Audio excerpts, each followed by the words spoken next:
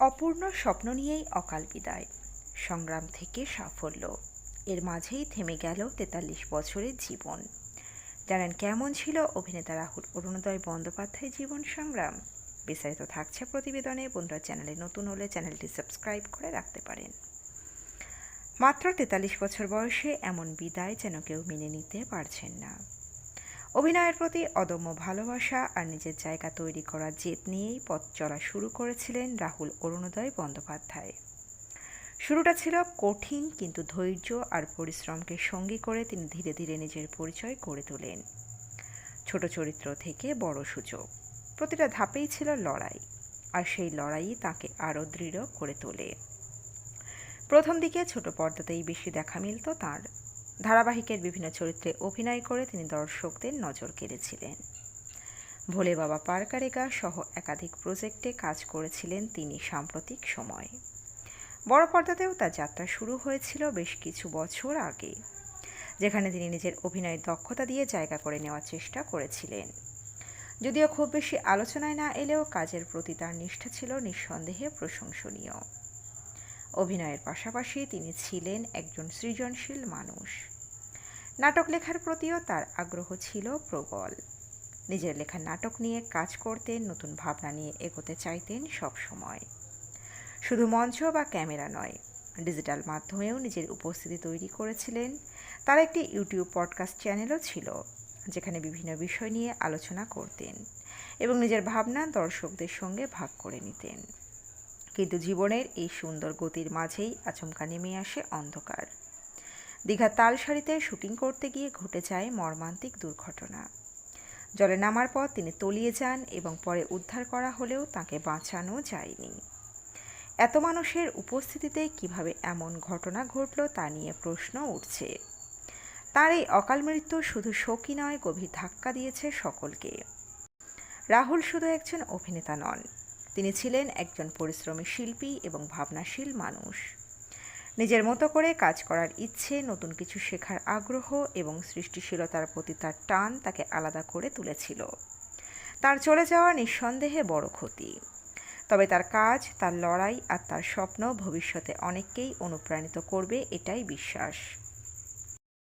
ছেলে রাহুলের মৃত্যুর খবর পেয়ে অসুস্থ হয়ে পড়েছেন রাহুলের মা। শোকস্তব্ধ তিনি, কান্নায় ভেঙে পড়েছেন রাহুলের মা। রাহুলের মাকে সামলাতে পৌঁছে গিয়েছে রাহুলের স্ত্রী প্রিয়াঙ্কা, আছে তার পাশেই। রাহুলের এই অপ্রত্যাশিত মৃত্যুর খবরে শোক প্রকাশ করেছেন টলিপাড়ার একাধিক তারকা। অভিনেত্রী সন্দীপ্তা সেন থেকে রজতাভ দত্ত, সকলেই গভীর দুঃখ প্রকাশ করেছেন। প্রত্যেকেই এক বাক্যে স্বীকার করেছেন রাহুল শুধু একজন দক্ষ অভিনেতাই নন, একজন অসাধারণ মানুষও ছিলেন। তার হাসি খুশি স্বভাব, কাজের প্রতি নিষ্ঠা এবং সহকর্মীদের প্রতি আন্তরিকতা তাকে আলাদা করে চিনিয়েছে ইন্ডাস্ট্রিতে। বর্ষিয়ান অভিনেতা শঙ্কর চক্রবর্তীর কণ্ঠে ধরা পড়েছে আবেগ। তিনি জানান, বহু বছর আগে একসঙ্গে কাজ করার স্মৃতি এখনও স্পষ্ট। তার কথায় রাহুল ছিলেন অত্যন্ত গুণী ও পরিশ্রমী একজন মানুষ। সম্প্রতি আবার একসঙ্গে কাজ করার সুযোগ হয়েছিল তাঁদের। শেষ দেখা হয়েছিল থিয়েটারের মঞ্চে, যেখানে দীর্ঘ সময় আড্ডা দিয়েছিলেন দুজনেই। এমন এক প্রাণবন্ত মানুষ হঠাৎ এভাবে চলে যাবেন তা ভাবতেই পারছেন না তিনি। পরিচালক রাজ চক্রবর্তীর কাছেও এই খবর ছিল সম্পূর্ণ অপ্রত্যাশিত। তার পরিচালিত চিরদিনই তুমি যে আমার ছবির মাধ্যমে রাহুল ব্যাপক জনপ্রিয়তা অর্জন করেছিলেন। রাজের কথায় বাংলা চলচ্চিত্র জগৎ একজন প্রতিভাবান শিল্পীকে হারালো। শুধু অভিনয় নয়, লেখালেখিতেও রাহুলের দক্ষতা ছিল চোখে পড়ার মতো। একইভাবে রুদ্রনীল ঘোষও জানান, রাহুল তার কাছে ভাইয়ের মতো ছিলেন এবং এই বাস্তব মেনে নেওয়া অত্যন্ত কঠিন। অভিনেতা রজতাভ দত্তের কথাতেও উঠে এসেছে বিস্ময় ও বেদনা। তিনি জানান, মৃত্যুর দিনই রাহুলের সঙ্গে তার কথা হয়েছিল একটি পডকাস্ট নিয়ে। সেই স্বাভাবিক কথোপকথনের পর হঠাৎ এমন দুঃসংবাদ তিনি বিশ্বাসই করতে পারছেন না। রাহুলের এই অকাল প্রয়াণে যে শূন্যতা তৈরি হলো তা সহজে পূরণ হবার নয়। এক প্রতিভাবান, প্রাণবন্ত মানুষের বিদায়ে আজ সত্যিই শোকাহত বাংলা বিনোদন জগৎ। রাহুলের মৃত্যুতে শোক প্রকাশ করেছেন পশ্চিমবঙ্গের মুখ্যমন্ত্রী মমতা বন্দ্যোপাধ্যায়। নিজের এক্স হ্যান্ডেলে শোক প্রকাশ করে পোস্ট করেছেন মমতা বন্দ্যোপাধ্যায়। খুব পছন্দের অভিনেতা ও মানুষ ছিলেন রাহুল। লিখেছেন আমাদের মুখ্যমন্ত্রী। তিনি অভিনেতার পরিবার, পরিজন ও অনুরাগীদের প্রতি সমবেদনা জানিয়েছেন। তিনি লিখেছেন, বিশিষ্ট তরুণ ও জনপ্রিয় অভিনেতা রাহুল অরুণোদয় ব্যানার্জি হঠাৎ আর আমাদের মধ্যে নেই। এই খবর পেয়ে আমি হতচকিত, মর্মাহত ও শোকাহত। রাজ্যের মন্ত্রী অরূপ বিশ্বাস খবর পেয়ে হাজির হয়েছেন রাহুলের বাড়িতে।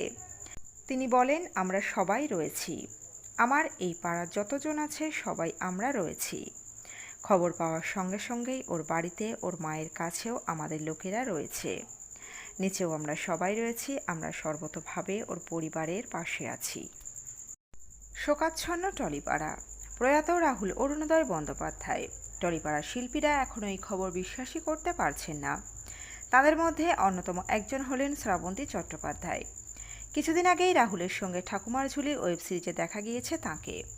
ভেবেছিলেন একসঙ্গে সাকসেস পার্টি করবেন। আনন্দবাজার.com থেকে প্রথম খবর পেতেই ভেঙে পড়েন শ্রাবন্তী। শুনেই শ্রাবন্তীর প্রথম প্রশ্ন, হে ঈশ্বর, এ কী করে হলো?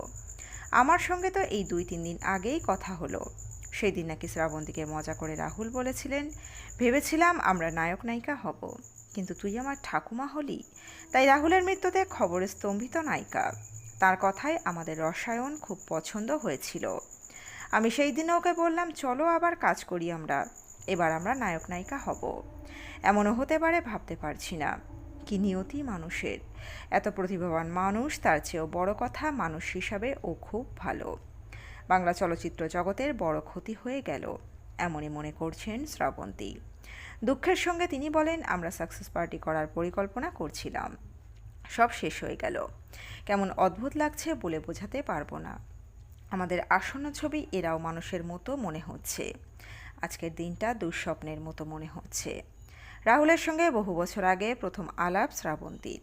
অভিনেত্রী অতীত মনে করে বলেন, অন্তত 10 বছর আগে ওর সঙ্গে প্রথম আলাপ। রাহুলদার মধ্যে কোনো পরিবর্তন দেখিনি। সাধারণ ও ভালো মনের মানুষ। ভগবান কেন যে ভালো মানুষদের আগে নিয়ে নেয় বুঝি না। অভিনয় ছাড়াও কত দিকে ওর গুণ ছিল। নিজেই বলেছিলাম, তোমার পডকাস্টে আমি যেতে চাই। কি সুন্দর কথা বলেন। সত্যিই বড় ক্ষতি হয়ে গেল, এর কোনো পূরণ হবে না।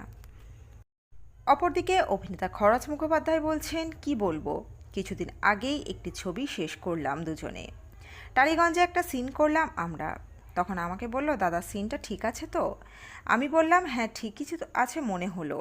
তারপর আমাকে বলল, দাদা আমার পডকাস্টটা আছে, একদিন এসো কিন্তু। আমি বললাম, হ্যাঁ আসবো রে, একটু ফাঁকা হলেই আসবো। তারপর এরকম মর্মান্তিক খবর পেলাম। অদ্ভুত লাগছে আমার। একটা শুটিং চলছে, ইউনিটের অনেক লোক রয়েছে ওখানে, তার মধ্যে এরকম ঘটনা হলো কি করে? যত ভাবছি অদ্ভুত লাগছে। কেউ থাকতো না, এরকম হতো তাহলে তবু মানা যেত। রাহুল যে নেই বিশ্বাসী হচ্ছে না খরাজের। অভিনেতা বলছেন, ও আমার কাছে পুত্র সম ছিল। আজকের পরিচয় তো নয়, সেই এক আকাশের সময় থেকে পরিচয়। তারপর প্রিয়াঙ্কার সঙ্গে পরিচয়, ওদের ভাব ভালোবাসা, তারপর বিয়ে। যাবতীয় ওঠাপড়ার মধ্যেও সব কিছু জানতাম, খবর রাখতাম। ভাবতেই অদ্ভুত লাগছে, মন থেকে মেনে নিতে পারছি না আসলে। খরচ আরও বলেছেন, নিরাপত্তা থাকা সত্ত্বেও কি করে এমন ঘটনা ঘটল বুঝে উঠতে পারছি না। এমন গভীর চলে গেছে যেখানে কিনা একেবারে তলিয়ে গেল যে খুঁজে পাওয়া গেল না তাকে। তারপর তাকে বার করা হলো, চলেও গেল। ভাবতেই অদ্ভুত লাগছে। যারা ছিলেন তারা খেয়াল রাখেননি নাকি কেয়ার করেননি কিছুই বুঝে উঠতে পারছি না। খবর পেলে হয়তো বুঝতে পারবো। যোগ করছেন অনেক কিছু খবর রাখতো, সেগুলো আমাদের বলতো ভীষণ গুণী ছেলে। দীঘার তালসারিতে শুটিং করতে গিয়ে জলে ডুবে মৃত্যু হয়েছে 43 বছরের এই অভিনেতার। কিন্তু এই ঘটনার পর থেকেই একের পর এক প্রশ্ন উঠতে শুরু করেছে। এত মানুষের উপস্থিতিতে কিভাবে এমন দুর্ঘটনা ঘটল তা নিয়েই এখন সরব দর্শক ও শিল্পমহল। ধারাবাহিকের শুটিং চলাকালীন যেখানে পুরো ইউনিট উপস্থিত ছিল বলে জানা গিয়েছে। অভিনেতার টেকনিশিয়ান সহকারীরা সবাই ছিলেন ঘটনাস্থলে।